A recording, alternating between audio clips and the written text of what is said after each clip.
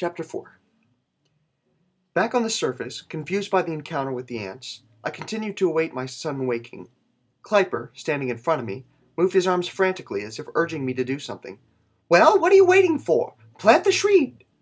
Looking down into my hand, I saw the large shreed in my fist, and continuing to follow along with the absolute nonsense of my dream, I knelt down and began to dig in the soil below me, which was papery, soft, and loamy.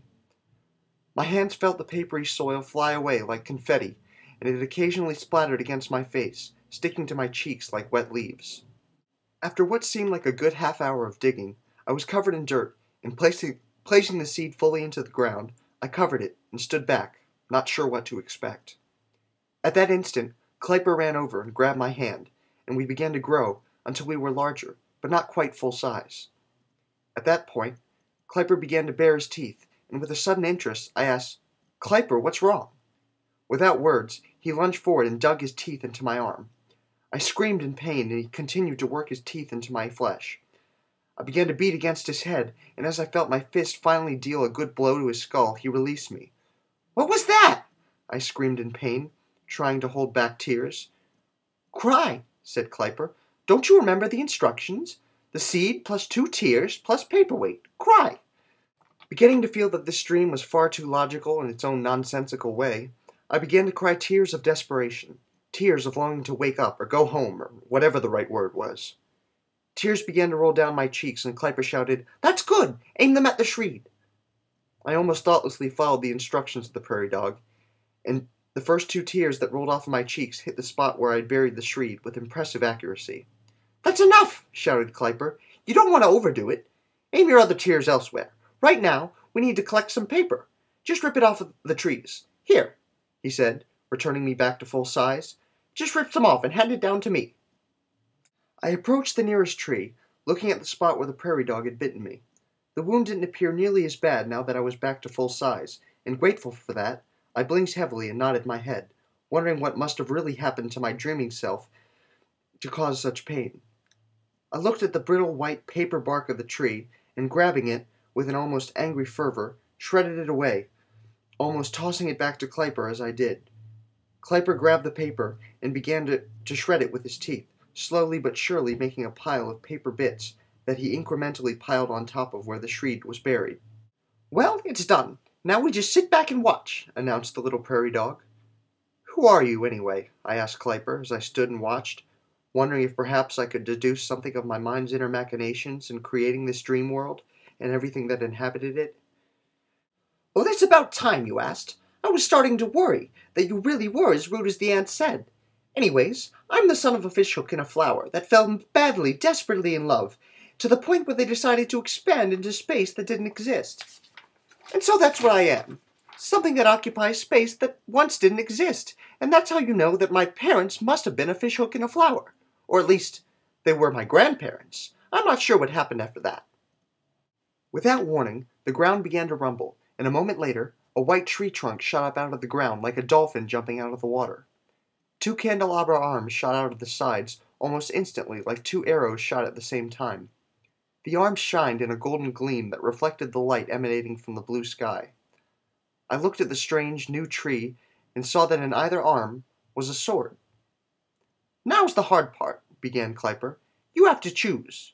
You only get 1 sword. Let's talk to it." "Talk to who?" I asked in confusion. "Well, the tree, of course," replied Kleiper. "What?" "Oh, very nice," commented Kleiper. "A double-double." "Hello?" began a nice voice emanating from the tree. "Hello?" Hello," I began. "I need a sword." "Oh, really?" asked the tree. "And why is that?" "I guess I need it to strike down the Freel," I said, watching Kleiper mouth the words "strike down the Freel" in sync with me. "Oh, well, there are a few things you need to know about these 2 swords that I'm holding. First of all, one of the swords will always stab whoever wields it, and not the enemy, and the other can never stab anyone or anything in the back.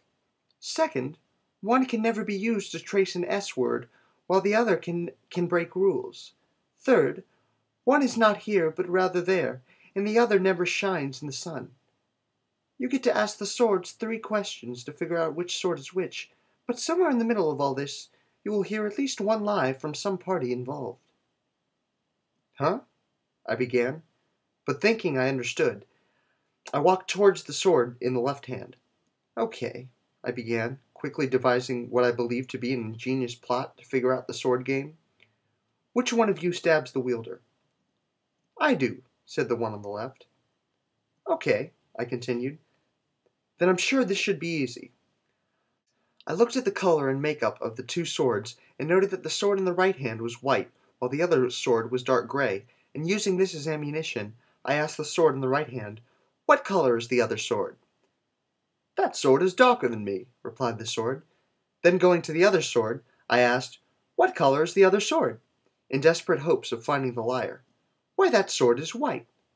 Then I feel safe in assuming that the lie that was told to me was in that the sword on the left stabs the wielder, because each of you gave good answers about the color of the other, and with that in mind, I would take the sword on the left. But if the sword on the left lied to me in telling me that he stabs the wielder when he really doesn't, then I don't know that he is a good sword because he didn't tell me the truth. So following that logic, I would take the sword on the right. However, then I have to assume that one of you lied about the other's color, but I can easily tell that you didn't. Therefore, the lie was probably that one of you tells a lie, and by that logic, I should choose the sword on the right because the sword on the left was telling the truth about stabbing the wielder, which would make sense as a truth because it was a question that was addressed to both of you, and the sword on the left answered. I think that makes sense, I said, marching forward and taking the sword on the right. Taking the sword and shrinking it down to store it in my small pocket, I began to march away from the spot, indicating for Kleiper to show the way to the map, and I saw a sign atop a tree that read, Nara a Finzione. "Where do we go now?" I asked Kleiper. "I haven't the slightest clue," he responded. "But I thought you were my guide." "To the anthill, yes, but from here it's more like an elliptical course in which you must keep your eyes on everything." Where would there be a map in this crazy dream world? In my world it would be a library, but what about here? "No dreams, just worlds. Here, a map would be wherever you could find a book. But I haven't the slightest idea of where that would be. But when questions need to be asked, there is always the sandhandman, who is quite an interesting fellow once you get to know him.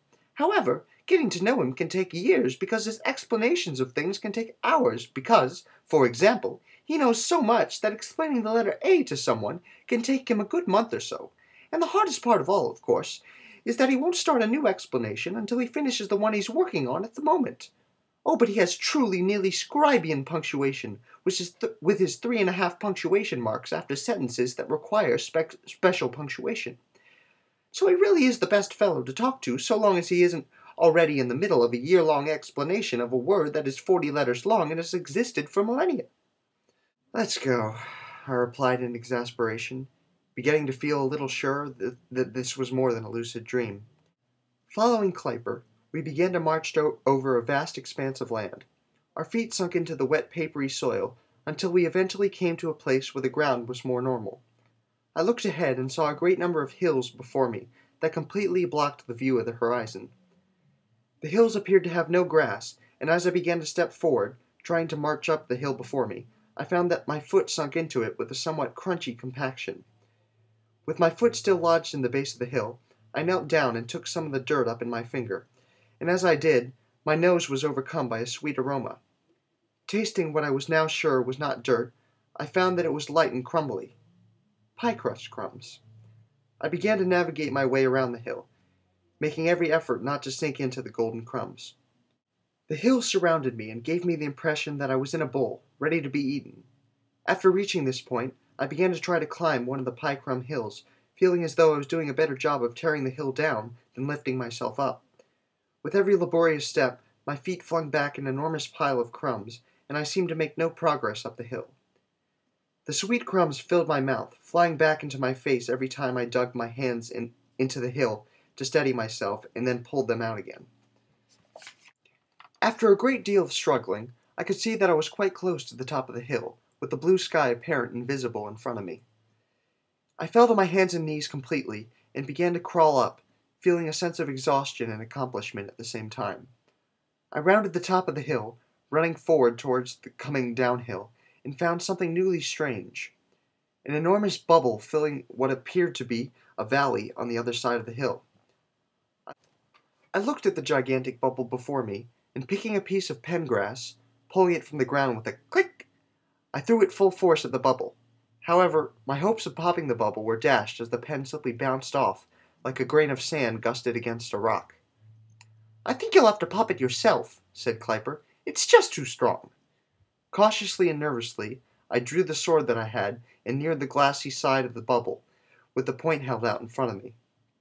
The point came into contact with the bubble, but the tip simply sunk in like a knife cutting through gelatin. "No, no, no, that'll never do. You have to attack it," shouted Kleiper. Altogether unsure about the idea, I pulled the sword out of the bubble and with a tentative arm drew it back to slash. I stayed frozen for a moment, worried about the bursting explosion that might ensue, and then, letting go of some essential sense of self-worry, let the blade come down, slashing through the side of the bubble with a powerful, whizzing swing. The bubble exploded and air burst from it, sending me flying backwards like a piece of paper in the wind.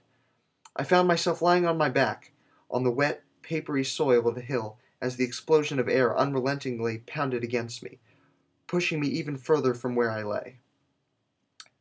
I could hear the gusts continue to fly out of what had once been the bubble for a bit longer, and the valley then went silent.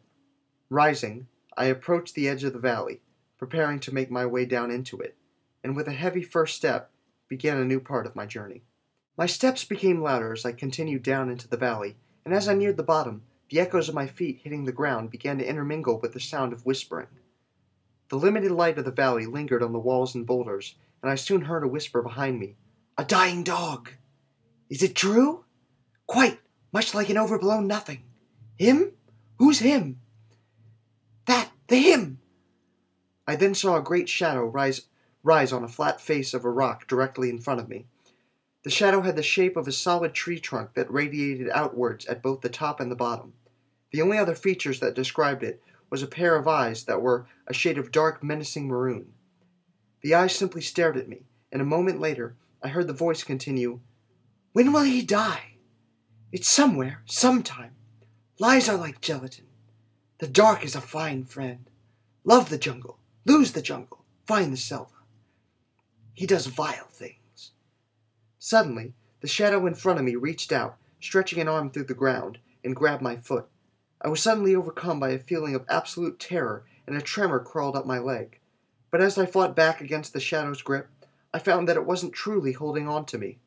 I began to move on, but the shadow now completely left the rock and began to linger underneath me. My body quaked and trembled with a cold, nauseous sting, and I stumbled as I moved on. As the shadow continued to envelop me, I turned around and looked back, wondering about what, I don't know. Seeing something, or perhaps what I thought was something, I lay down on the ground, and the shadow dug into my flesh. I laid without emotion, and suddenly, Kleiper was there once more, shaking me into a state of consciousness. "Get up!" he cried. "You're not dead yet. You have far too many other things to do." I heard more whispers. "This is a great place to get lost. You'll never find a better friend. No one's lying. No one's lying. No one's lying. Stay here. We love you. No one's lying. Some things are to be feared. Stay here. Shadows are what you make them. We love you. No one's lying. Pure hate." I was suddenly angry, suddenly filled with rage by the depths that I was in, or perhaps what they meant to me. I rose to my feet, feeling angry for an unknown reason, and turned, looking at the path out of the valley. It looked arduous, for I was tired, but Kleiper then commanded, "Go!" in a forceful voice that pushed me into motion. I climbed out of the valley and left the shadows behind. The pen and pencil grass was growing more rigid as we moved in whatever direction we were going, and as we came out of the valley, I began to feel overheated as sweat beat down my forehead, only to find that there were now 3 suns in the sky in front of me. Why are there more suns now? Well, you can't expect it to say light time forever. Light time? It's clearly light time now. No, no, no. It was light time when there was one sun, and now it's bright time, which is another thing entirely. Then what about night time? You know, when people sleep? That's quite a ways off still. The day is still young, and we haven't made it through all of the other ite times. Right time, slight time, blight time, and right time, which coincidentally isn't really bright, but it is the perfect amount of light for writing in. And don't forget sight time and tight time, in which the light becomes very compressed. That is, it comes out of barely visible suns. Then we reach night time, which is followed by a short period of fright time, which is quite frightening. I wish I hadn't asked, I mumbled to myself, while looking away from the prairie dog. And so we marched forward into the hot suns, held victims to the seemingly ceaseless light that enveloped this surreal world. We came quickly to what appeared to be a desert, and there I saw an enormous hand reaching up out of the ground, as if asking for a donation. I looked at it for a moment, and then heard a small, pervasive voice say, "Limosna! Limosna per petricere?" "Don't give him money," Kleiper snapped. "He's always begging, and even when he does get enough money for a party, he never throws one." "You could understand him?" I asked confusedly. "Well, of course. He was speaking the traditional language of our kingdom.